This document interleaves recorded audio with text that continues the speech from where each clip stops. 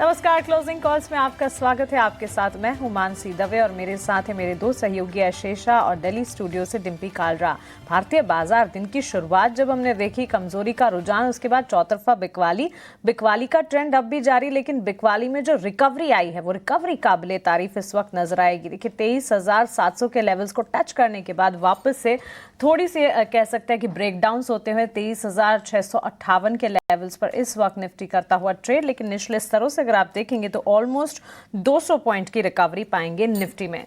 Bank Nifty को screen पर लेकर आए, वहां पर भी निचले स्तरों से ऑलमोस्ट 550 अंकों की रिकवरी देखी जा चुकी है। अच्छे खासे लेवल्स यहां पर, और इस वक्त अगर आप देखें तो सेंसेक्स में निचले स्तरों से 700 अंकों की रिकवरी का मोड देखने को मिल रहा है। इतना ही नहीं, ब्रॉडर मार्केट्स की अगर बात करें, मिड कैप निचले स्तरों से 700 अंक संभला है, तो वहीं स्मॉल कैप में भी करीब 200 अंकों की मजबूती देखने को मिली है। एडवांस डिक्लाइन के रेशियोज आपके टीवी स्क्रीन पर है, जहां पर एडवांस का पलड़ा इस वक्त भारी, और साथ ही फेयर इंडिकेटर इंडिया विक्स पर भी नजर होनी चाहिए, क्योंकि इस रिकवरी में इंडिया विक्स किस तरह के सेंटिमेंट्स दिखा रहा है इस पर भी फोकस होना चाहिए। और साथ ही major players like Reliance, ITC, Bharti Airtel, ONGC, TCS जैसे स्टॉक्स हैं जो कि इस रिकवरी में सबसे ज्यादा कंट्रीब्यूट कर रहे हैं। ऑन द फ्लिप साइड आप देखेंगे ICICI bank, HDFC bank, LNT, Infosys और एसबीआई जैसे काउंटर्स हैं जहां पर बिकवाली का दबाव यानी कि गिरावट के संकेत। तेल और गैस शेयरों में आज सुबह से ही खरीदारी का ट्रेंड हमने शुरुआत में ही जब बाजार खुले थे एमआरपीएल, चेन्नई पेट्रो का जिक्र किया था, टेक्निकली एक्सपर्ट से उनके टेक भी जाने थे। इस वक्त अगर आप देखेंगे बर्नस्टीन की बुलिश रिपोर्ट का एक कह सकते हैं कि आउटकम दिख रहा है, जो कि रिलायंस के स्टॉक प्राइस पर है 2% की मजबूती, और साथ ही ओएनजीसी, ऑयल इंडिया जैसे स्टॉक्स भी इसी लिस्ट में खड़े हैं। चलिए क्लोजिंग कॉल में आने वाले 1 घंटे के लिए इस रिकवरी में बाजार को किस तरह से आप प्ले आउट करेंगे और आपके लिए क्या कुछ है खास, वो आपको बता देते हैं ऑन दी शो में। सबसे पहले हमारे टेक्निकल एक्सपर्ट्स हमारे साथ जुड़ेंगे, उनसे बाजार पर उनकी राय और साथ ही उनकी क्लोजिंग ट्रेड्स चंद मिनटों में यहां से जानेंगे। वहीं ऑप्शंस के चैंपियन हमारे इस खास सेगमेंट में 2:40 पर एक ऑप्शन की दमदार रणनीति आपके लिए लेकर आएंगे। 3 बजे बाजार का हाल कैसा दिख रहा है, कौन सी खबरें हैं जो कि 3 बजे एक्शन दिखा रही है, उस पर भी फोकस रहेगा। और इसके अलावा अगर आप देखें बीटीएसटी, एसटीबीटी ट्रेड्स और साथ ही कौन से इवेंट्स है जिस पर आपको नजर रखनी है, ये सारी की सारी चीजें लाइंड अप है। एफएमसीजी, एनर्जी 2 खेमे हैं जो कि इस वक्त बाजार को संभाल रहे हैं। सेक्टर स्पेसिफिक चाल आपको कम नजर आएगी, लेकिन स्टॉक स्पेसिफिक एक्शन भरपूर है। चलिए हमारे टेक्निकल पैनल पर हमारे पहले एक्सपर्ट कुणाल परार जुड़ गए हैं, उनका स्वागत करते हैं, उनसे पूछते हैं कि उनकी क्लोजिंग ट्रेड्स इस वक्त क्या है। और साथ ही हमारी पैनल पर जतिन गेड़िया भी जुड़ गए हैं। कुणाल, जतिन, स्वागत है आपका 18 आवर्स स्वदेश पर। गुड आफ्टरनून, अपना समय देने के लिए शुक्रिया। Kunal, will start with you. देखिए रिकवरी तो अच्छी खासी नजर आ रही है, लेकिन स्टॉक स्पेसिफिक मौके ढूंढने हैं, राय क्या रहेगी मार्केट पर और साथ ही क्लोजिंग ट्रेड्स क्या होंगे? कल सबसे पहले मार्केट की बात कर लेते हैं। बहुत ही बढ़िया रिकवरी फिलहाल देखने को मिली है। 23,655 के अराउंड निफ्टी है। लो देखने जाए तो 23,495 95 के अराउंड का बना था, और वहां से तकरीबन तकरीबन 150 पॉइंट के ऊपर की रिकवरी देखने को मिली है। इतना नहीं, बैंक निफ्टी में भी बहुत ही शानदार रिकवरी फिलहाल देखने को मिल रही है। 49,625 के अराउंड का बैंक निफ्टी का लो था, और फिलहाल बैंक निफ्टी 50,130 के अराउंड ट्रेड कर रही है। फ्यूचर की बात कर रहा हूँ तो वहां पे भी एक अच्छी खासी रिकवरी हमें देखने को मिली है। मोटा मोटी एक अच्छा खासा सपोर्ट लिया हुआ है बैंक निफ्टी ने, वो हम कह सकते हैं। एंड अगर ये रिकवरी के टाइम पे, अगर मार्केट क्लोजिंग के टाइम पे अगर इसी लेवल पे अराउंड क्लोज होता है, तो लाइकली चांसेस है कि एक अच्छी खासी मोमेंटम हमें फॉलो के थ्रू कल के ट्रेडिंग सेशन में देखने को मिल सकती है।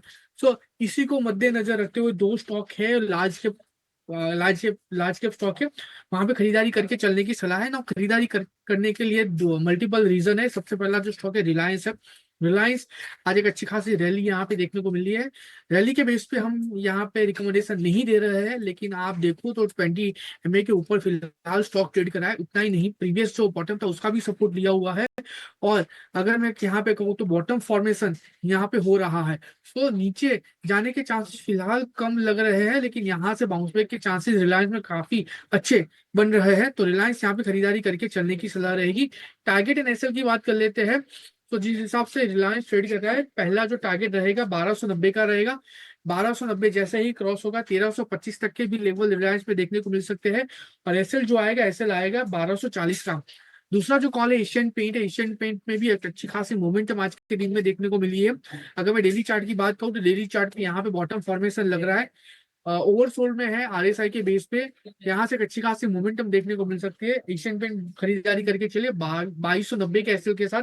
टारगेट की बात कर लेते हैं, 2375 पहला टारगेट होगा, और वो जैसे ही ब्रेक होगा ऊपरी लेवल पे 2435 तक के भी टारगेट देखने को मिल सकते हैं। तो ये तो मैंने ट्रेडिंग के पर्सपेक्टिव से बात की है, लेकिन अगर हमारे कोई व्यूअर है जिनको लॉन्ग टर्म के लिए भी अगर कोई अच्छा पोर्टफोलियो में स्टॉक ऐड करना है आज के टाइम पे, तो रिलायंस और एशियन पेंट दोनों बहुत ही बढ़िया स्टॉक है। बहुत ही बढ़िया रिटर्न यहाँ पे देखने को मिल सकते हैं।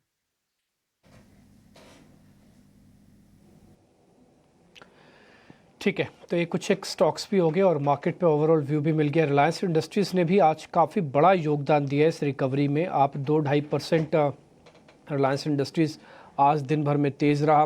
फिर बाद में बढ़त टीसीएस के अंदर भी आई जो कि टॉप लूजर्स था। एक बार ज़रा निफ्टी का आईटी इंडेक्स दिखाओ आप, साथ में निफ्टी का आईटी इंडेक्स दिखाओ। देखो अभी भी डाइवर्जेंस काफ़ी ज़्यादा है। बैंक निफ्टी में आधे % से ज़्यादा की गिरावट है, और लेकिन निफ्टी में थोड़ा कम है। ये निफ्टी का आईटी इंडेक्स, अगर आप निफ्टी को चेक करेंगे सेम एक जैसा प्रपोर्शन में चले हैं। हालांकि बैंक निफ्टी के अंदर उतना स्मार्ट पुल बैक नहीं आया अभी भी, बट स्टिल आज की ये रिकवरी काबिल तारीफ़ है। आज का फॉल भी एक्स्ट्राऑर्डिनरी था, कई बार थोड़ा कुछ ज़्यादा भी हो जाता है मार्केट के अंदर। जतिन भाई शुक्रिया पहले तो समय देने के लिए। आपके ट्रेड कौन से हैं? Good afternoon everybody. तो हमारा जो आउटलुक है, कहीं ना कहीं ये जो फॉल है वो अपने क्रूशियल सपोर्ट पे आ गया है, और हमें लगता है कि स्टॉक स्पेसिफिक हमें थोड़े लॉन्ग्स की तरफ भी ध्यान रखना होगा। तो हम दो लॉन्ग आइडियाज लेके आए हैं। जो पहला लॉन्ग रिकमेंडेशन रहेगा वो बजाज फिनसर्व में रहेगा। तो जैसे कि हमने देखा है कि बजाज फिनसर्व में पिछले 3-4 ट्रेडिंग सेशन से एक रेंज में ट्रेड कर रहा है।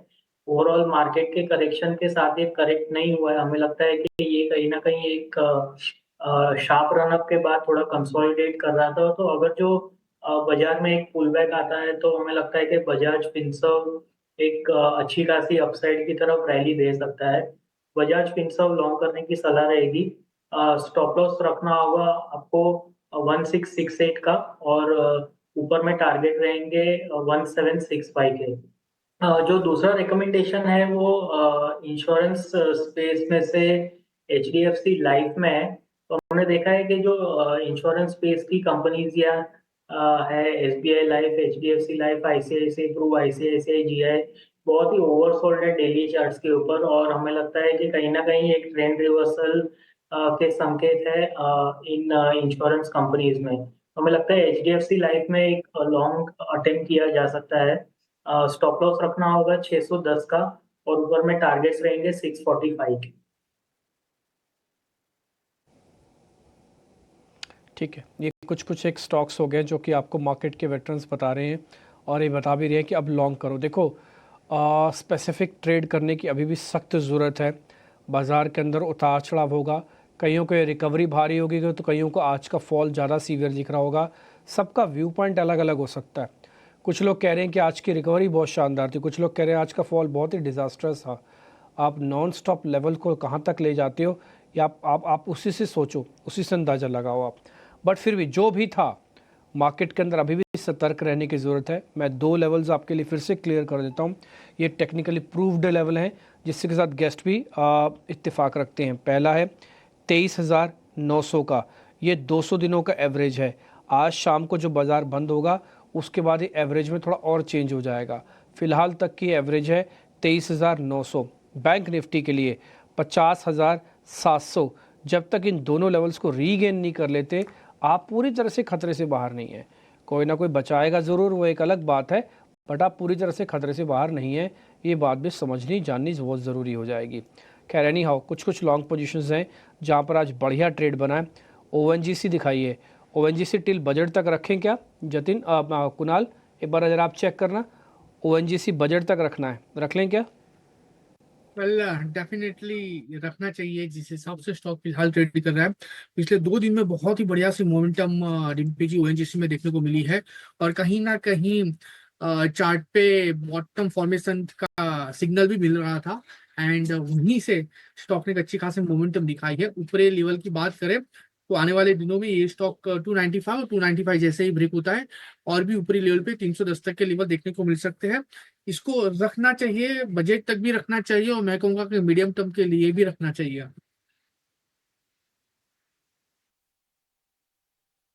मीडियम टर्म के लिए भी इसको स्टॉक को आप रख सकते हैं। सिर्फ 40 अंकों का नुकसान है, ऐसा नहीं कि निफ्टी, आज निफ्टी ने 3 बार अटेम्प्ट लिया है हरे निशान में आने का, सॉरी बैंक निफ्टी ने 2 बार और निफ्टी ने 1 बार, तो टोटल 3 बार के अटेम्प्ट हो गए। निफ्टी भी आज वैसे ही कर रहा है जैसे बैंक निफ्टी ने किया था, हरे निशान में आने के बाद ड्रैग मारता है, हरे निशान में आने के बाद ड्रैग मारता है। थोड़ा सचेत रहने की ज़रूरत है, वैसी कोई दिक्कत नहीं है। एडवांस डिक्लाइन की एक बार रेशो और दिखा दो दर्शकों को, साथ ही ये भी दिखा दो इंडिया विक्स भी। इंडिया विक्स का आज ना बढ़ना ही इंडिकेट कर रहा था कि मार्केट के अंदर आज वापस पुल बैक आ सकता है। सुबह से हम ये बात आपको नोटिस करा रहे हैं कि आज बिना इंडिया विक्स के बड़े बाजार गिर रहा है, इसका मतलब बाजार कभी भी कुछ भी कर सकता है, वॉलेटाइल है। 61 शेयर अभी भी एडवांसेस के अंदर है, क्वांटम काफ़ी कम है, छोटा है नंबर्स, ये कम से कम 100 का नंबर होना चाहिए। इसलिए मैं तो भाई अभी थोड़ा सचेत हूँ। मेरे को अच्छा लग रहा है इस रिकवरी के अंदर, बट मेरे को थोड़ा और अच्छा लगेगा अगर आज की क्लोजिंग हमको पूरे के पूरे डैमेज कंट्रोल के साथ मिल जाए, यानी कि निफ्टी कम से कम हरे निशान में क्लोज करे और बैंक निफ्टी के अंदर भी 100 पॉइंट से ज़्यादा की गिरावट ना हो जो उसको ओपनिंग में मिली है। एक शेयर और है मेरे लिस्ट में, एक बार ज़रा मैं जतिन जी से वो कंफर्म कर लेता हूँ, उसके बाद फिर हम देखेंगे क्या करना है उसमें। पूना वाला फिनकॉप हमने सुबह सुबह डिस्कस किया था, 2.5% ऊपर है, इंट्राडे प्रॉफिट बुक करके बाहर निकल जाएं इसमें जतिन, पूना वाला फिनकॉप। यस, देखिए पूना वाला फिनकॉप में ये जो फॉल आया था और उसके बाद जो राइज आया है आज के ट्रेडिंग सेशन में, हमें लगता है कि ये जो इंट्राडे में रैली हुई है वो आगे जाते हुए यानी आते हुए 1 से 2 दिनों ट्रेडिंग सेशन के लिए भी कंटिन्यू रह सकती है। तो अगर जो आप एक ट्रेलिंग स्टॉप लॉस में सजेस्ट करना चाहूँगा 319 रुपए का। 319 रुपए का ट्रेलिंग स्टॉप लॉस के साथ आप होल्ड करिए, अगर जो बीटीएसटी पॉसिबल है तो करके लेके जा सकते हैं बीटीएसटी भी। या पूनावाला फिनकॉप पर, लेकिन इस बीच यूनाइटेड ब्रूअरीज स्टॉक पर भी नजर डालेंगे। 5 से 5.5% की गिरावट के साथ कारोबार, और कंपनी ने एक्सचेंजेस को इन्फॉर्म किया है कि तेलंगाना में जो कंपनी सप्लाई करती थी वो अब बंद कर दिया है उन्होंने। इसकी 2 वजह है, एक बेस प्राइसेस 2020 से बढ़ाए नहीं गए हैं और ओवरड्यूज है तेलंगाना गवर्नमेंट से, जो करीब एनालिस्ट का माने तो 900 से 1000 करोड़ के ड्यूज अभी भी बाकी है, जिसके चलते तेलंगाना स्टेट को सप्लाईज कंपनी ने बंद कर दिए है। बड़ी नेगेटिव खबर, जिसके चलते 5% की गिरावट थी। स्टॉक थोड़ा सा रिकवर हो चुका है और अब भी 4.5% की गिरावट के साथ कारोबार कर रहा है। कुणाल, क्या राय होगी यूनाइटेड ब्रूअरीज पर? वेल, पर्टिकुलर स्टॉक की बात करें तो जिस हिसाब से फिलहाल ये स्टॉक ट्रेड कर रहा है, लाइकली चांसेस है कि यहाँ से थोड़ी सी और डाउनसाइड की मोमेंटम देखने को मिल सकती है, क्योंकि आज के दिन में ही स्टॉक देखे तो 4.5% नीचे के लेवल पे ट्रेड कर रहा है। इतना ही नहीं, 20 SMA के नीचे भी ट्रेड कर रहा है। लाइकली चांसेस है 1820 तक के लेवल ये स्टॉक में आने वाले दिनों में देखने को मिल सकते हैं, तो टोटली अवॉइड करके चलने की सलाह रहेगी ये स्टॉक में। ठीक है, तो ये नज़रिया यूनाइटेड ब्रूअरीज पर। लेकिन इस बीच केईसी इंटरनेशनल स्टॉक की बात हमने सुबह के शो में भी की थी, करीब 6% की गिरावट यहाँ पर। याद रखें, यहाँ पर कंपनी को नए ऑर्डर्स मिले थे, जिसके चलते स्टॉक हरे निशान में शुरू तो हुआ था, लेकिन उसके बाद भारी गिरावट, 6.5% की गिरावट स्टॉक पर अब दिखी है। जतिन, क्या राय होगी केईसी इंटरनेशनल पर?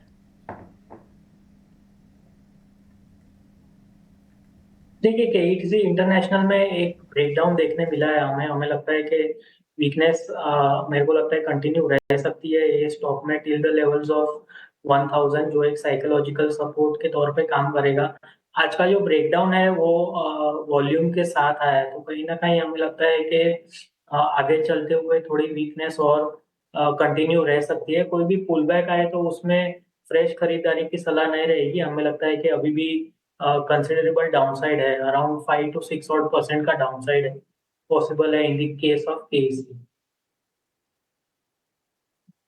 या केईसी इंटरनेशनल पर, लेकिन इस बीच डिक्सन टेक, यहाँ पर भी सुबह से ही गिरावट दिखी है। जतिन, डिक्सन टेक्नोलॉजी 7.5% से ज़्यादा की गिरावट के बाद अब यहाँ पर क्या रणनीति बनानी चाहिए? देखिए डिक्सन टेक्नोलॉजीज की बात करूं तो अगर जो मैं इसके वीकली चार्ट्स पे देखूं तो लास्ट 2 वीक के जो लोज है उसको ब्रीच करके नीचे ट्रेड कर रहा है, तो कहीं ना कहीं ये एक हायर टाइम फ्रेम पे ट्रेंड रिवर्सल का संकेत है। Lower top lower bottom formation start हो गया है, तो हायर टाइम फ्रेम पे एक जब भी ट्रेंड रिवर्सल होता है तो डिफिकल्ट होता है जब तक प्रीवियस हाई, जो in the case of Dixon technologies है, अराउंड 18,500 के है। तो जब तक 18,500 ऊपर की तरफ डिसाइसिवली ब्रीच नहीं होते, तो हमें लगता है जो भी पुल बैक्स आएंगे तो उसे एज अ सेलिंग अपॉर्चुनिटी हमें देखनी चाहिए।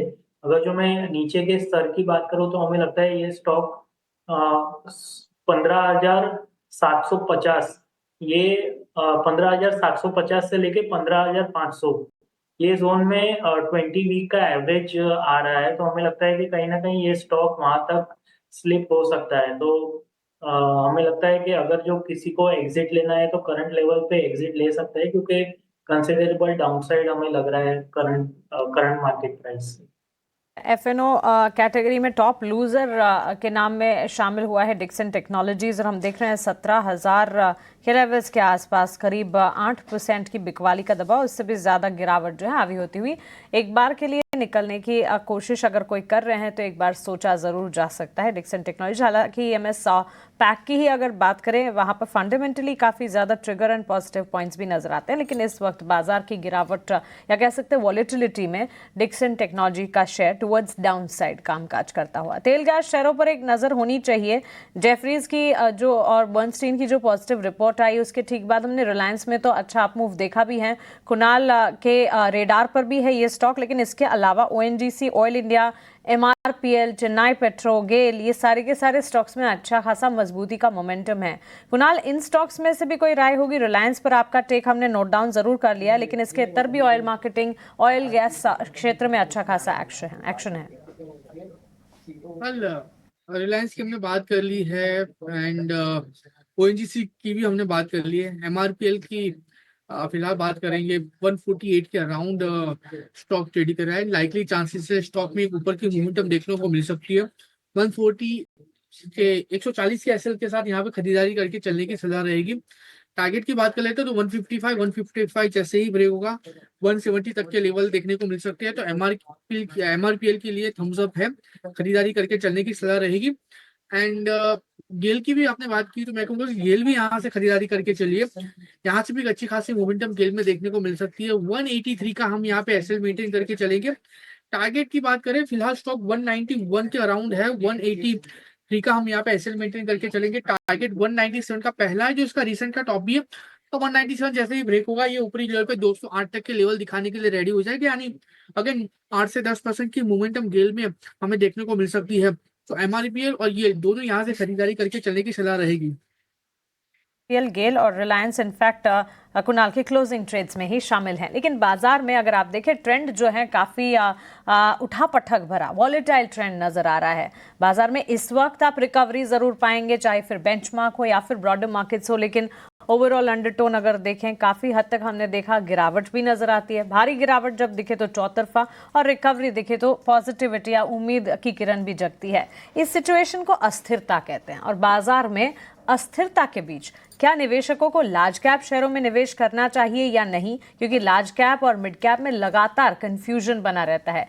चार्ट पर अभी कौन से लार्ज कैप शेयर्स अच्छे दिख रहे हैं, चलिए ये जान लेते हैं कुणाल बोथरा से। कुणाल, आप बताइए। जी धन्यवाद मानसी। मेरा मानना है कि आई थिंक जो लार्ज कैप स्टॉक्स है वो बहुत ही सॉलिडिटी प्रोवाइड करते हैं आपके पोर्टफोलियोज को, स्पेशली जब मार्केट एक रफ फेज है, एक वॉलेटाइल फेज से गुजरता है।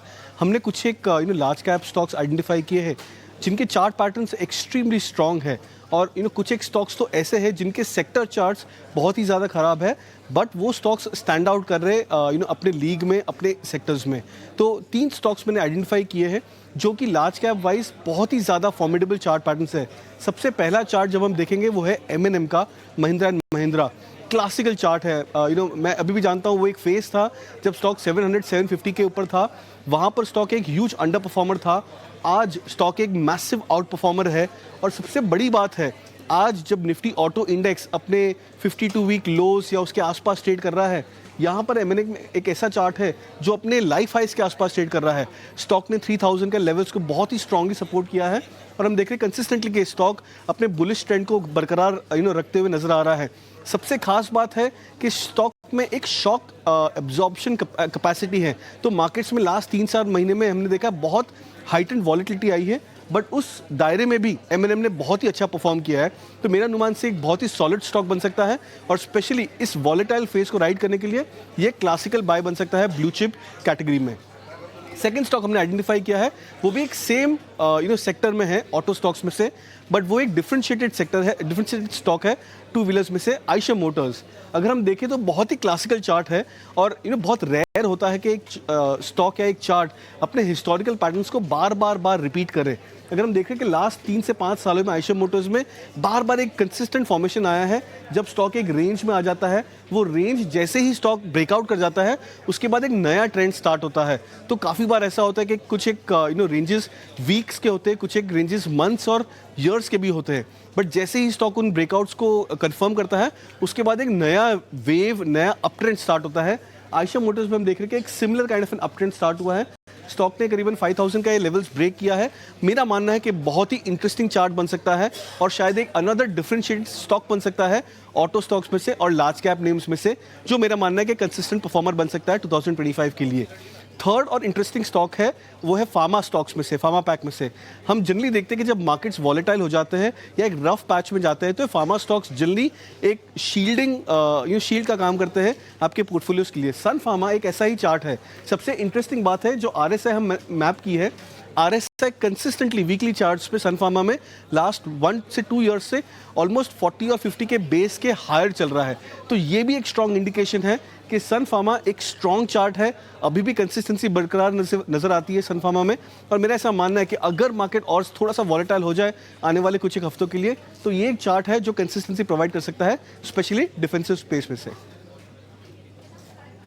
Trekking trend setup coming from Kunal Bothra. 3 share सुझाएं जहां पर बुलिश चार्ट सेटअप नजर आ रहा है और गौर कीजिए इसमें ऑटोमोबाइल और साथ ही फार्मा सेक्टर से जुड़े हुए स्क्रिप्स, फार्मा और ऑटोमोबाइल से जुड़े हुए स्टॉक्स, M&M, आयशर मोटर्स और सन फार्मा। क्लियरली इस पर टेक्निकल टेकअवेज तो कुणाल की तरफ से हमने जाने, लेकिन हमारी पैनल पर हमारे फंडामेंटल एक्सपर्ट रजत शर्मा भी जुड़ गए हैं। आइए उनका भी रुझान जान लेते हैं बाजार पर और साथ ही large cap versus mid cap small cap पर उनकी राय क्या है ये भी जान लेते हैं। रजत, गुड आफ्टरनून, स्वागत है आपका 18 आवर्स स्वदेश पर। इस वक्त अगर देखें बाजार रिकवरी अटेम्प्ट कर चुका है और अच्छी खासी रिकवरी नजर आ रही है। कैसे देख रहे हैं मार्केट के ओवरऑल सेंटिमेंट को? और ये वो समय है इनफैक्ट रजत जब हमारे व्यूअर्स जो हैं ये समझना चाहते हैं फंडामेंटली आपसे कि whether to get with large caps या फिर मिड कैप स्मॉल कैप, छोटी मजॉरी कंपनियों में एंटर करना चाहिए। आपका कन्विक्शन किस तरह और कहां बाजार पर बनता है?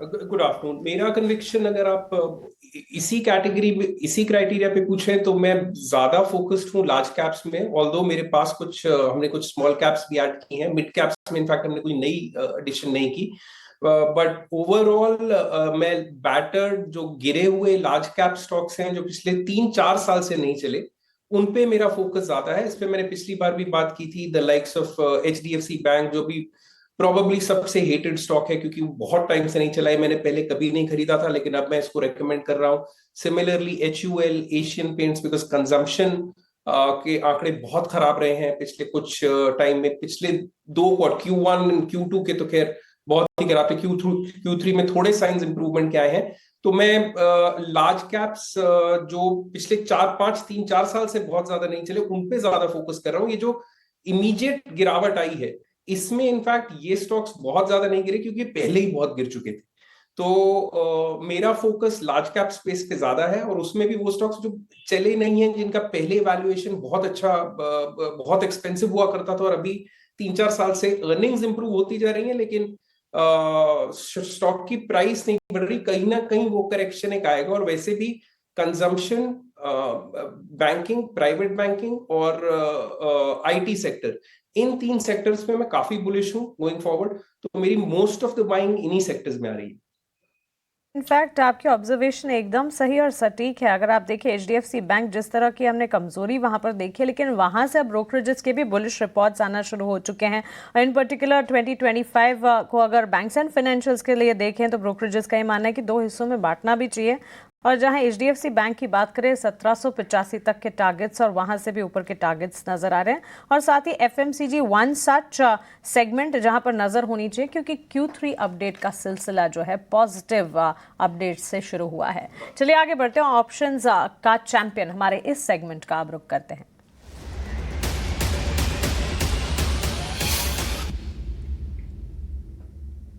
JM फाइनेंशियल के तेजस शाह हमारे साथ जुड़ गए हैं। तेजस, गुड आफ्टरनून। बताइए कौन सा ऑप्शन का स्ट्रैटेजी लेकर रहे हैं आप?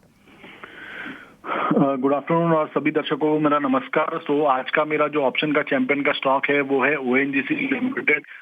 ये स्टॉक ने एक आज फ्रेश ब्रेकआउट दिया है अबाउट 265 लेवल, और इसकी जो 200 दिन की मूविंग एवरेज है जो करीबन 267 के करीबन है, उसके ऊपर भी कंसिस्टेंटली ट्रेड कर रहा है। रिसेंटली स्टॉक में 200 के करीबन डबल बॉटम बनाया था, उसके बाद आज फ्लैश ब्रेकआउट आया स्टॉक में। तो मुझे लग रहा है ये स्टॉक ऊपर में ये 285 से लेके 290 तक जा सकता है। तो ऑप्शन के माध्यम से हम ये स्टॉक सजेस्ट कर रहे हैं। इसमें आपको 275 का जो कॉल है वो 4.5 और 5 के बीच में लेना है, और इसमें आपको स्टॉप लॉस लगाना है 2 का, और इसका पहला लक्ष्य रहेगा 8 का और दूसरा लक्ष्य रहेगा 11 का। तो ये जो स्ट्रैटेजी है इसमें अधिकतम मुनाफा होगा 11,550 का और अधिकतम नुकसान होगा 5,775 का। एब्सोल्युटली। तो तेजस की तरफ से ONGC पर 275 की कॉल खरीदने की राय, जनवरी कॉन्ट्रैक्ट की 4.5 से 5 के लेवल्स पर, लक्ष्य इसके 8 और दूसरा लक्ष्य 11 तक जाता दिख सकता है। स्टॉप लॉस 2 का मेंटेन कीजिएगा। ये कॉल वर्कआउट होने पर अधिकतम मुनाफा 11,550 का होने की संभावना, और नेगेटिव साइड जाने पर अधिकतम नुकसान 5,775 होने की यहाँ पर संकेत मिलते हुए दिख रहे हैं। लेकिन एक स्टैंडर्ड डिस्क्लेमर आपकी स्क्रीन पर FNO ट्रेडिंग को लेकर। FNO ट्रेडिंग में 10 में से 9 लोगों को नुकसान होता है।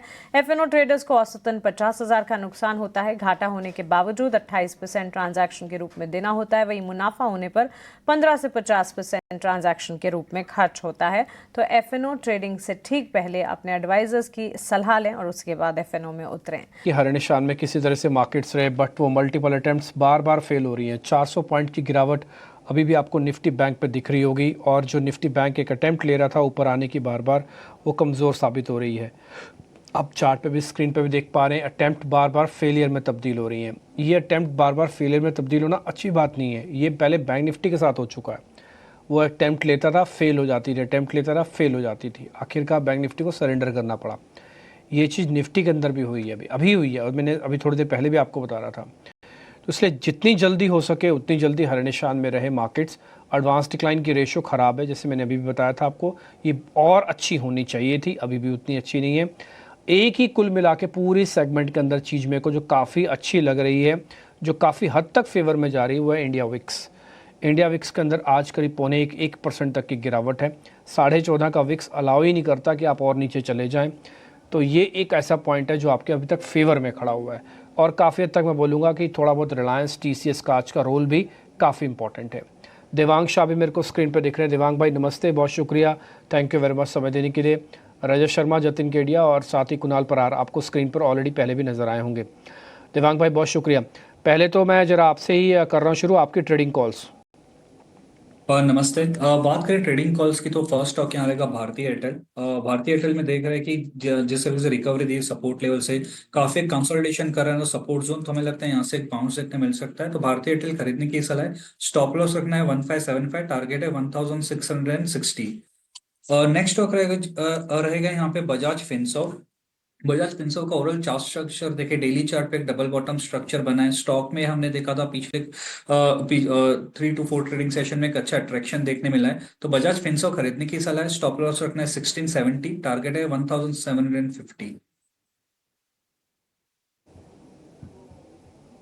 ओके ठीक है, तो बजाज फिनसर्व आप कह रहे हैं कि बाय करके चलें, 1750 आपका टारगेट है, 1670 एक स्टॉप लॉस है। थोड़ी देर पहले भी बजाज फिनसर्व फाइनेंस पे भी बुलिश व्यू रख रहे थे कुणाल परार, उनकी भी आज कॉल्स में ये शामिल है। भारतीय एयरटेल को भी आप नोटिस कर सकते हैं, ये बात शेयर भी बताया है। रजत शर्मा इस बीच मेरे साथ हैं। रजत भाई, हम बजट से बहुत ज़्यादा दूर नहीं है, पहले तो नए साल की आपको शुभकामनाएं देनी है, बाद में क्वेश्चन पूछता हूँ।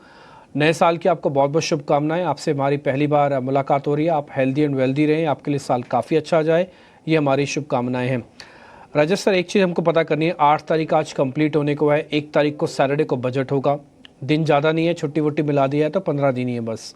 ठीक, इस 15 दिन में थोड़ी बजट की प्लेसमेंट्स भी होगी और अर्निंग्स का तड़का भी लगेगा ऊपर से। हाँ, आप मेरे को बता पाएंगे कि बजट प्लेसमेंट्स अगर मेरे को करनी हो तो कहाँ पे पैसा पार्क कर दूँ? फर्टिलाइज़र्स में, ये ध्यान में रखते हुए कि एवरग्रीन है ये। दूसरा, मैन्युफैक्चरिंग में, ये ध्यान में रखते हुए कि बजट टिल्ट होगा मैन्युफैक्चरिंग की तरफ, या फिर सर्विसेज की तरफ जाऊँ? गुड आफ्टरनून डिम्पी जी, आपको भी नए साल की बहुत शुभकामनाएं, सारे पैनलिस्ट को, आपके सारे दर्शकों को नए साल की बहुत शुभकामनाएं। बजट आई थिंक 2 इवेंट अभी की हैं अगले 2 से 3 हफ्ते के लिए। एक तो बजट और दूसरा, जैसा आपने बिल्कुल ठीक कहा, अर्निंग्स। एंड आई थिंक अगर अभी आपको अपने पोर्टफोलियो की पोजीशनिंग करनी है तो जहां तक बजट का सवाल है, मेरी दोनों ही थीम्स पे, एक तो मेरा व्यू बहुत बुलिश है कि बजट में भी सरकार कंजम्पशन को पुश करने की कोशिश करेगी, because consumption as a sector market में भी स्ट्रगल कर रहा है। और मुझे लगता है ये काफी फ्रेंडली बजट होगा, बिकॉज पिछले साल के बजट के बाद से लेके अब तक गवर्नमेंट को जीएसटी को लेके, जो जीएसटी काउंसिल की मीटिंग्स थी, बजट को लेके काफी बैकलैश रहा है। तो आई थिंक काफी मिडिल क्लास के लिए रियायत दी जाएगी, मेरा ऐसा मानना है। तो आई थिंक कंजम्पशन, खासकर जो एफएमसीजी की कंजम्पशन है, उसको काफी बूस्ट मिलेगा। और वहीं पे वो शेयर्स हैं जो मैं काफी रेकमेंड कर रहा हूँ, हिंदुस्तान यूनिलीवर और आईटीसी और एशियन पेंट्स, जो अपनी वैल्यूएशंस के आधे वैल्यूएशंस पे आज मिल रहे हैं जो 3 से 4 साल पहले जहां मिलते थे। तो आई थिंक बजट के लिहाज से तो मेरा वो एक प्ले है जहां मैं पोजीशन कर रहा हूं। दूसरा, आई थिंक मेजरली और जो की फोकस रहेगा वो ये Q3 अर्निंग्स रहेंगी, और कल से ही स्टार्ट हो रही है। TCS will set the tone, वहां से शुरू होंगी। मेरा वहां पे भी व्यू बहुत पॉजिटिव है, बिकॉज मुझे लगता है जिस हिसाब से डॉलर अप्रिशिएट किया है, आईटी कंपनियों के नंबर्स अच्छे आएंगे। और अभी जहां मार्केट है, मुझे लगता है सिर्फ सेंटिमेंट नेगेटिव है। जितना मैं पढ़ पा रहा हूँ, Q1 और Q3 में थोड़ा जीडीपी खराब हुआ था, पर अगले 2 क्वार्टर्स में जो एडवांस नंबर्स हैं उसको अगर आप देखें तो जीडीपी नंबर इंप्रूव होगा। तो बजट में भी सरकार के पास एक लीवे होगा हायर एक्सपेंस करने का, और आई थिंक काफी फ्रेंडली बजट होने वाला है। सो मेरी मोस्ट ऑफ द पोजिशनिंग वहां पे है। उसके सिवाय हमने 2 स्मॉल कैप स्टॉक्स ऐड किए हैं अपने पोर्टफोलियो में, जो कि मैं पूरा डिस्क्लोजर दे के आपको बता सकता हूं कौन से हैं। They both come from textile sector. एक है sport king India, 46% company export करती है, और बांग्लादेश में पूरा टेक्सटाइल के नुकसान के बाद इनको काफी फायदा मिल रहा है। कंपनी का प्राइस एंड मल्टीपल अभी 13 है वर्सेस 19 जो मार्केट की एवरेज है।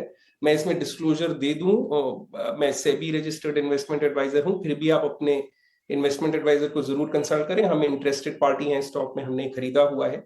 So I think textiles is another sector जहां पे मैं बजट को लेके भी थोड़ा पॉजिटिव हूं, और अभी जहां पे कुछ टेक्सटाइल सेक्टर में स्टॉक्स मिल रहे हैं उनकी वैल्यूएशंस को लेके भी पॉजिटिव।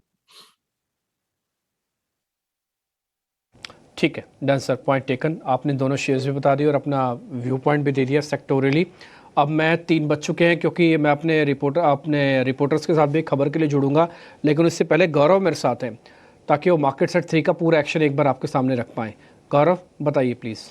जी हाँ, तो आज सबसे पहले शुरुआत करते हैं यूनाइटेड ब्रूवरीज के साथ। यहाँ पे हमने एक शार्प फॉल देखा था, और इसका मेन रीज़न ये है कि कहीं पे तेलंगाना में बियर सप्लाई जो है वो अभी बंद करने वाली है कंपनी, और इसका मेन रीज़न ये है कि FY20 से कहीं पे प्राइस हाइक जो है वो नहीं लिया था, और इसके बाद कंपनी ने ये बोल्ड मूव लिया है। इसके बाद हम बात करते हैं जाइडस और लुपिन जैसे कंपनीज़ की, क्योंकि न्यूज़ रिपोर्ट ऐसे कहता है कि कहीं पे एप्टॉक्स करके जो कंपनी है उसको एक फाइनल अप्रूवल मिला है मिराबेग्रॉन करके एक दवाई के लिए। अब ये जो दवाई है वो लुपिन और जाइडस के लिए एक अच्छा खासा पोर्टफोलियो बनाती थी, और इसके चलते हुए क्योंकि कॉम्पिटिटर को उसके लिए अप्रूवल मिला है, इन दोनों स्टॉक्स में भी एक प्रेशर देखने को मिला था। इसके अलावा बात करते हैं पेटीएम की, क्योंकि एनसीपीआई से आए हुए लेटेस्ट डेटा के हिसाब से कहीं पे यूपीआई में कहीं पे भी शेयर गेन जो है पेटीएम की तरफ से नहीं देखने को मिला है। इसी के ऊपर कहीं पे यूबीएस ने भी नोट लिखा था, उन्होंने न्यूट्रल रेटिंग बरकरार रखते हुए टारगेट प्राइस जो है वो 1000 रुपये का दिया था पेटीएम को, और उनका भी कहना यह है कि अगर हम बात करें शेयर की, मार्केट शेयर की, तो कहीं पे 10% पे था ये जो मार्केट शेयर था पेटीएम का, वो जो अभी लगभग 5.5% पे आया है। उसके बाद हमने देखा आज के दिन में इस शेयर में भी गिरावट देखने को मिली थी।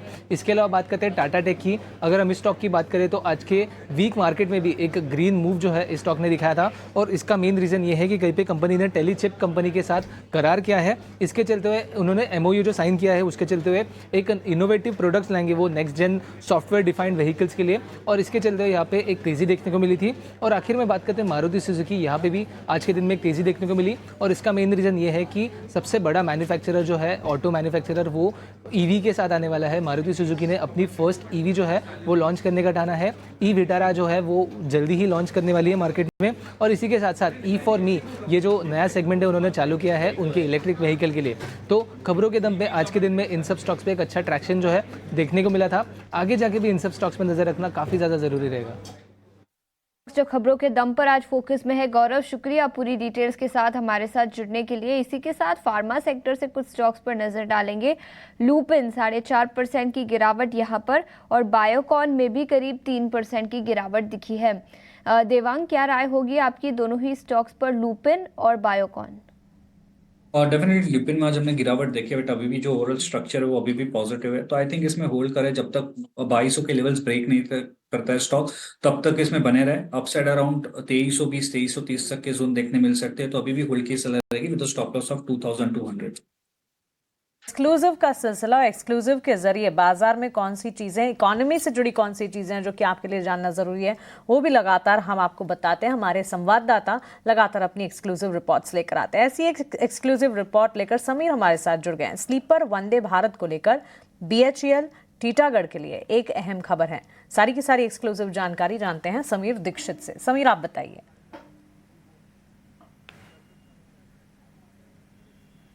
जी बिल्कुल, बड़ा इंटरेस्टिंग डेवलपमेंट है, जहां रेल मंत्रालय की कोशिश ये है कि जल्द से जल्द sleeper based Vande Bharat train को पटरी पर दौड़ा जाए। इसके लिए उन्होंने बाकायदा 2023 में एक टेंडर अवार्ड किया था भेल और टीटागढ़ रेल सिस्टम को। भेल ने और टीटागढ़ ने मिलकर के एक कंसोर्शियम बनाया था और 80 वंदे भारत स्लीपर ट्रेन बनाने के लिए ये टेंडर उन्होंने हासिल किया था और 120 करोड़ रुपए प्रति ट्रेन बनाने का कॉन्ट्रैक्ट उन्हें प्राप्त हुआ था। और उसमें एक शर्त ये थी कि साल 2029 तक उन्हें ये sleeper based Vande Bharat train बना करके रेलवे को सौंपनी है। लेकिन पेच ये फंस गया था, क्योंकि जब उनको टेंडर मिला था तब ये डिस्कशन स्टेज पर था कि ये जो ट्रेन होगी इसमें सिर्फ 16 कोच लगे होंगे, 16 कोच की ये ट्रेन होगी।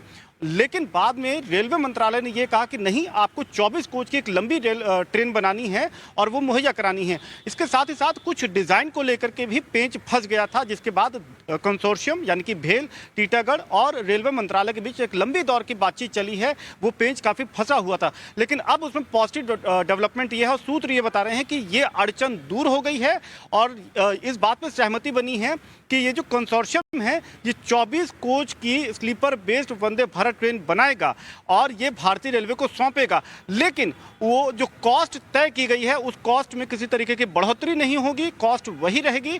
हालांकि रेलवे मंत्रालय ने ये ज़रूर उनको एक रिलैक्सेशन या रिलीफ दिया है कि जो पहले शर्त ये थी कि उनको साल 2029 तक ये ट्रेनें देनी है, अब उनको 2 से 3 साल की छूट या एक तरीके से एक्सटेंडेड टाइमलाइन दी गई है। तो वो ये जो ट्रेन उनको बनानी है उसमें डिज़ाइन में कोई बड़ा फेरबदल नहीं किया गया है, लेकिन कोच का जो कंपोजिशन है, जो ट्रेन में कितने कोच होंगे वो तय होगा कि 24 कोच की बनानी है। और ये जो नियम जो भी थे उस पर पूरी तरीके से सहमति बन गई है और ये ज़रूर एक भेल के लिए, टीटागढ़ रेल सिस्टम के लिए राहत की बात है कि कम से कम जो भी दिक्कतें थी वो दूर हो गई हैं और वो अब पूरा ध्यान केंद्रित कर पाएंगे मैन्युफैक्चरिंग पर। यात्रियों के लिए भी अच्छी बात ये होगी कि इंतज़ार उनका जल्द खत्म होगा। हालांकि जो टाइम फ्रेम है काफ़ी लंबा फिलहाल नज़र आ रहा है, लेकिन इसको अब एक्सपेडाइट करने की कोशिश की जाएगी और ये कहीं ना कहीं IRCTC को भी फ़ायदा देगा आने वाले वक्त में, क्योंकि अल्टीमेटली जो रिजर्व टिकटिंग सिस्टम है वो IRCTC के पास में ही है। तो एक तरीके से ये जो पेंच के दूर होने से इसमें सभी लोगों के लिए कुछ ना कुछ राहत की बात निकलती हुई नजर आ रही है। लेकिन सबसे इंपॉर्टेंट ये है कि भेल टीटागढ़ रेल सिस्टम जो कि कंसोर्शियम है, जिनको 80 sleeper based Vande Bharat train बनाने का जिम्मेदारी सौंपी गई थी, वो जो उनके सामने दिक्कतें थी उसको अब दूर कर लिया गया है और अब वो पूरा अपना फोकस मैन्युफैक्चरिंग कैपेसिटी को बनाने बढ़ाने पर केंद्रित कर पाएंगी। इनफैक्ट सच में बड़ी इंटरेस्टिंग खबर है, लेकिन उससे भी पहले समीर, दिल्ली की सर्दी में बाहर निकलकर आप हमारे लिए एक्सक्लूसिव खोजते हैं और ये एक्सक्लूसिव सारी स्टोरीज लेकर आते हैं, तो आप अपना ध्यान रखिए, यही हमारी गुजारिश आपके लिए, क्योंकि सर्दी का पारा तो लगातार चढ़ता जा रहा है। शीतलहर की अगर बात करें, कड़ाके की ठंड है वहाँ। लेकिन चलिए खबर की तरफ भी रुख करते हैं और बीएचईएल टीटागढ़ रेल पर इस खबर के चलते फोकस होना चाहिए क्योंकि स्लीपर वंदे भारत को लेकर ये खबर है और उसके कॉन्ट्रैक्ट का मामला जो फंसा हुआ था वो सुलझता हुआ नजर आ रहा है। सारी डिटेल समीर हमें बता ही रहे थे बीएचईएल और साथ ही टीटागढ़ पर। एक राय जान लेते हैं हमारे एक्सपर्ट से। देवांग, आप बताइएगा, वैसे तो बजट से ठीक पहले सरकारी कंपनियां, रेलवे काउंटर्स, डिफेंस क्षेत्र, इन सभी पर फोकस होता ही है। इस खबर के ठीक साथ साथ आपको इन स्टॉक्स पर किस तरह के रिकमेंडेशंस बन रहे हैं? तो जहां तक बेल की बात करें, ओवरऑल जो भी स्ट्रक्चर है कंसोलिडेशन रेंज में हमें देखने मिल रहा है। पास्ट फ्यू डेज हम देख रहे हैं एक रेंज में चल रहा है, तो अराउंड 227 इसके ऊपर अगर स्टॉक निकलता है तो एंट्री की सलाह रहेगी। यहाँ पे सपोर्ट की बात करें 215 का सपोर्ट है बेल के लिए। जहां तक टीटागढ़ रेल सिस्टम की बात करें, ओवरऑल जो स्ट्रक्चर है डेफिनेटली थोड़ा करेक्शन देखने मिला है, बट जो प्रीवियस सपोर्ट था वहां पे हमें देख रहे हैं कि स्टॉक वहीं पर ही आके एक सपोर्ट ले रहा है, वहीं वहीं एक कंसोलिडेशन हमें देखने मिला है। तो यहाँ पे एक रिस्क ले सकते हैं, एंट्री ले सकते हैं। 1070 का एक स्टॉप लॉस रखना होगा, वो स्टॉप लॉस से इसमें एंट्री की जा सकती है अराउंड 1180 1190 तक के टारगेट के लिए। चलिए ये राय इस वक्त बनती हुई। वैसे 3:20 हो गए हैं। बीटीएसटी ट्रेड्स भी हमारे एक्सपर्ट से जान लेते हैं। कुणाल, आप बताइए आपकी तरफ से इस वक्त बीटीएसटी ट्रेड्स क्या होंगे? वेल, बीटीएसटी ट्रेड की बात करें तो मैं थोड़ा सा साइडवेज हूँ फिलहाल बीटीएसटी ट्रेड के लिए। Trade is also a good trade. चलिए, ना बीटीएसटी ना STBT, right? Yes, exactly. Okay, चलिए, no trade from Kunal. Jatin, आपकी तरफ से कोई बीटीएसटी, एसटीबीटी या फिर नो ट्रेड? एक लॉन्ग साइड की तरफ का ट्रेड लेना चाहूंगा।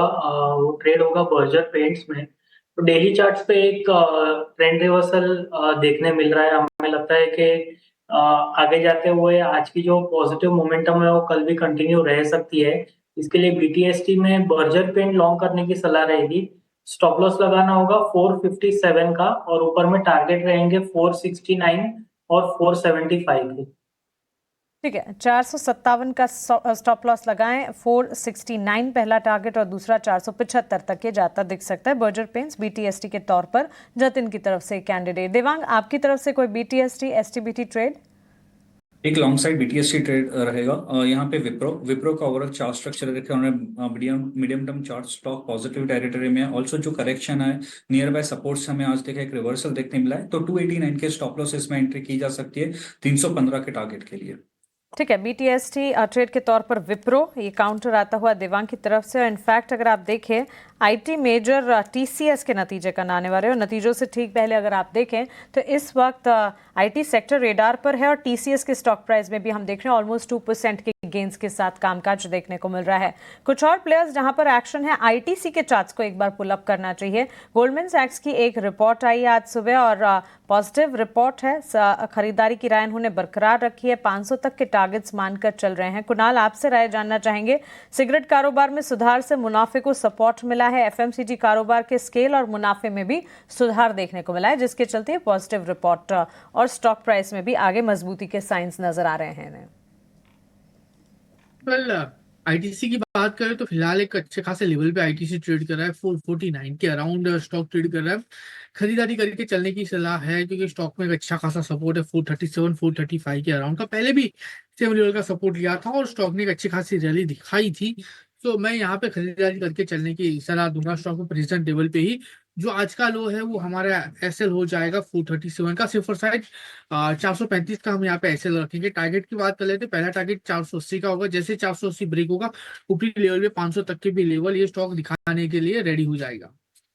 ये नजरिया आईटीसी पर स्टॉक हाल फिलहाल में डीमर्जर की खबर के चलते फोकस में रहा है। हमने यूनाइटेड ब्रूअरीज की बात की, इसके अलावा दो और स्टॉक सेम सेक्टर से यूनाइटेड स्पिरिट्स और रैडिको खैतान, तीनों ही स्टॉक्स एफएमसीजी इंडेक्स के टॉप लूजर्स में शामिल है।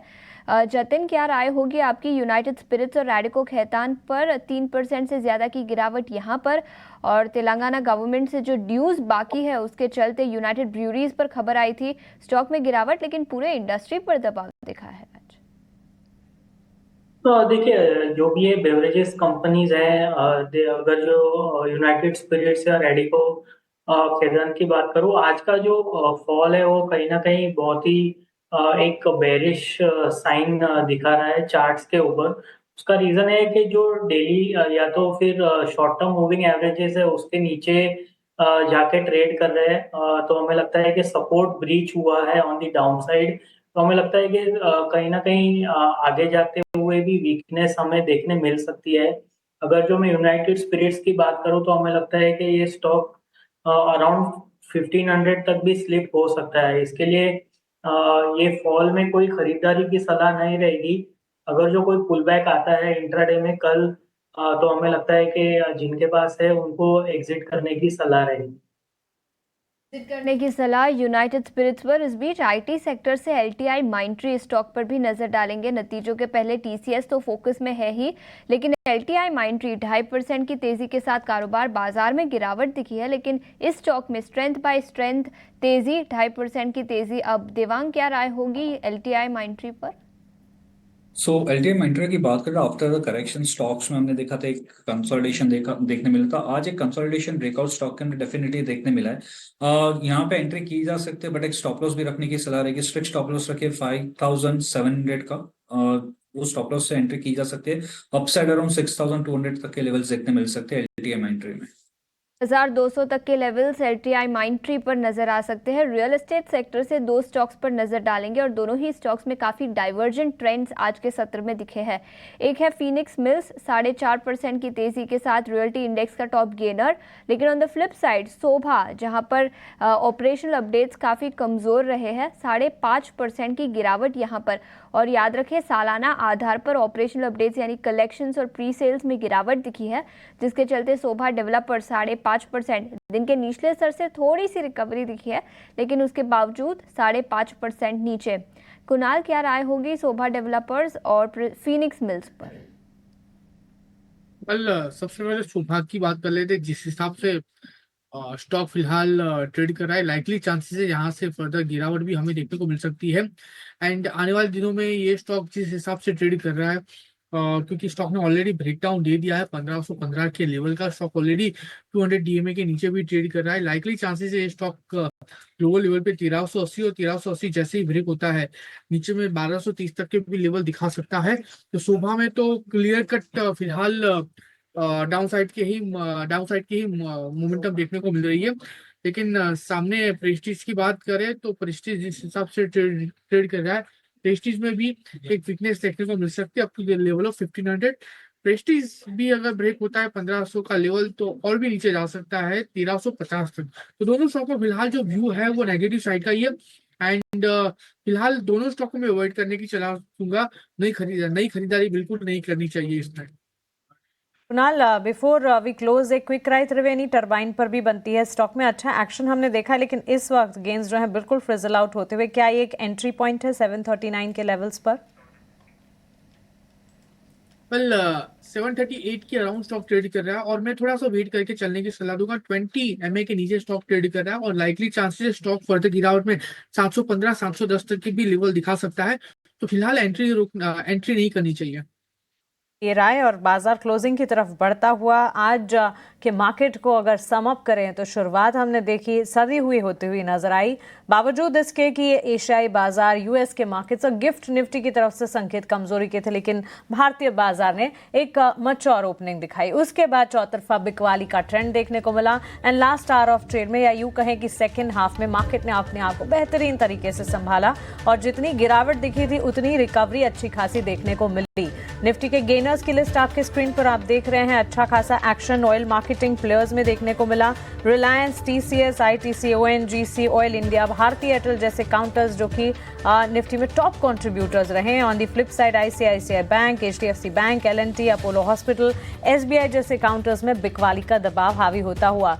Towards closing advance decline ratio जो है काफी ज्यादा सरप्राइजिंग है। 800 एडवांसेस के सामने 1800 डिक्लाइंस, यानी कि एडवांसेस का डिक्लाइंस का पलड़ा इस वक्त भारी। तो अंडरटोन जो है अब भी कॉशियस ही मानकर चलें बाजार का। इस वक्त अगर आप देखें oil and marketing, oil and gas sectors में अच्छा खासा एक्शन। एमआरपीएल, चेन्नई पेट्रो, दिन की शुरुआत से ही जो मजबूती थी वो मजबूती कायम रही। आज ब्रोकरेजेस के रेडार पर जो सारे स्टॉक्स थे वो परफॉर्म कर रहे थे, जैसे कि आईटीसी, गेल, डॉक्टर रेड्डीज लेबोरेटरीज। हालांकि डॉक्टर रेड्डीज लेबोरेटरीज में शुरुआती गेंस जो है बिल्कुल फ्रिजल आउट होते हुए सेकंड हाफ तक देखने को मिले। Major players like Dixon technologies में करीब 8% और उससे भी ज्यादा की गिरावट नजर आई। वहीं बैंक्स एंड फाइनेंशियल्स में भी सेलिंग का ट्रेंड जो है वो कंटिन्यू रहा। चाहे SBI हो, ICICI बैंक हो, फेडरल बैंक हो, HDFC बैंक हो, करीब 1.5 से 2% तक की कमजोरी और साथ ही श्रीराम फाइनेंस जैसे काउंटर्स में भी 3% तक की गिरावट देखने को मिली। रियल एस्टेट प्लेयर्स की अगर बात करें, भले ही सेक्टर में long term basis up cycle कायम हो, लेकिन इस वक्त रियलिटी स्टॉक्स में गिरावट का ट्रेंड आज के सत्र में देखने को मिला और बिजनेस अपडेट्स का सिलसिला शुरू हो चुका है। कल से हम Q3 रिजल्ट सीजन की शुरुआत करने जा रहे हैं और मेजर IT प्लेयर TCS के नतीजों से Q3 रिजल्ट यानी कि नतीजे, तिमाही नतीजों का सीजन शुरू होगा। उससे ठीक पहले ITC का स्टॉक जो है पॉजिटिव मोमेंटम के साथ करीब 1.5 से 2% की तेजी पर क्लोज होता हुआ। इन्फोसिस, इसके अलावा IT के इतर काउंटर्स देखेंगे तो वहां पर भी एक्शन बेस्ड कामकाज, हमारे एक्सपर्ट्स के रेडार पर भी ये सारे के सारे स्टॉक्स देखने को मिले। इसके अलावा मिड कैप स्मॉल कैप की अगर बात करें, वहां पर भी हमने देखा सिलेक्ट FMCG प्लेस जो कि बाजार को संभालने का काम कर रहे थे और इसी के साथ साथ ऑयल मार्केटिंग कंपनियां जैसे कि चेन्नई पेट्रो का जिक्र हमने किया, वहां पर भी एक्शन के साथ ही कामकाज। बाजार क्लोजिंग दिखा रहा है 23,675 के लेवल्स की, हल्की सी बिकवाली, लेकिन 23,700 के लेवल्स के नीचे हम क्लोज होते हुए। सो बिकवाली का दबाव निफ्टी में, इसके अलावा सेंसेक्स में करीब 54 अंकों की गिरावट और साथ ही बैंक निफ्टी में भी ट्रेंड अगर देखेंगे ऑलमोस्ट 400 अंकों की गिरावट के साथ 49,832 के लेवल्स पर बैंक निफ्टी क्लोज होता है और मिड कैप स्मॉल कैप भी आपके स्क्रीन पर आ जाएगा। सो क्लियरली दिन की शुरुआत सदी हुई, उसके बाद गिरावट, फिर रिकवरी का मोड और इस वक्त फिर से सदी हुई क्लोजिंग या कह सकते हैं टुवर्ड्स डाउनसाइड क्लोजिंग नजर आ रही है। बिकवाली का दबाव जारी है और लगातार हमारे एक्सपर्ट्स भी यही राय दे रहे हैं कि इस गिरावट है, इस वॉलेटाइल माहौल में सोच समझकर, बेहद संभल कर अपनी हार्ड अर्न मनी है उसको किसी भी पोर्टफोलियो, किसी भी पोजीशंस में लगाएं। चलिए इसी के साथ क्लोजिंग को हम यही समेटने वाले हैं। कुणाल, जतिन, देवांग, आपका बहुत शुक्रिया हमारे साथ जुड़ने के लिए, बाजार पर अपनी राय, अपनी एनालिसिस और अपने स्टॉक स्पेसिफिक रिकमेंडेशंस हमारे साथ शेयर करने के लिए।